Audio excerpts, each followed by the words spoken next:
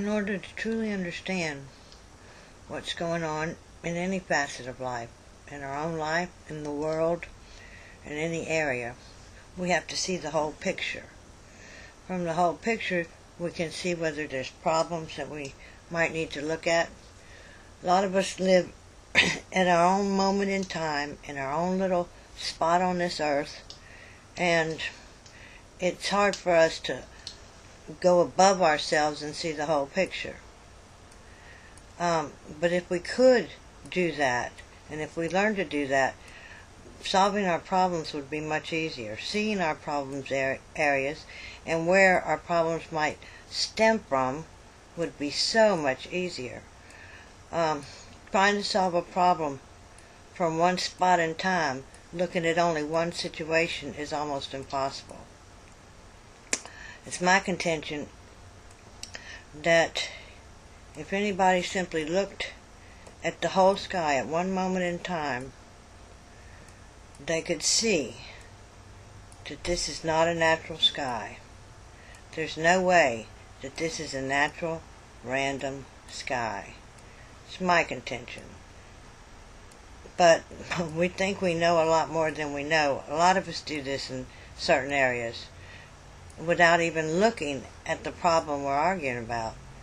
Without even looking to see, we assume so much.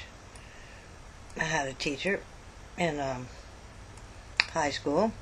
Loved that. I remember that chemistry teacher. Assume, you A-S-S-U-M-E, you divide it after the S and after the U, and you get assume makes an ass out of you and me. This is, as far as weather modification, and as somebody making the clouds and controlling the weather, I don't see how you could say that there's any weather on Earth that's natural. Look at these pictures. If you look at the whole world, from above the world, the whole sky, at one moment in time, the same moment, then it's easy to see that this cannot be natural. This cannot be Mother Nature doing all of this. It's a little bit scary.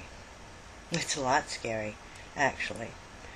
Of course, weather modification could be used for such good purposes. So we could every spot on the earth could be good for growing and grow all the food, but this is not what it's used for.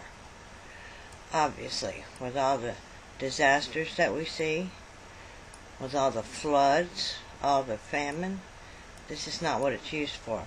But the weather is manipulated.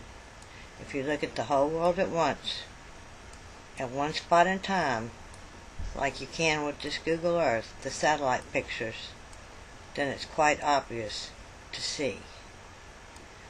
Now, this is today's. I have some picture from yesterday's. You can pick any day. It's not even when I'm looking at it close do I see it. It's always afterwards.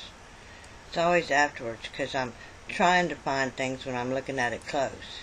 But after I make a tape, or after I talk, say, oh look, let me explain this, then I see a million things afterwards. But if you just glance, not even delve into it, it's obvious to see that this is a manipulated sky around the whole earth. That's my contention. Before anyone argues, just take a look at the whole sky first. Then tell me how this can be natural.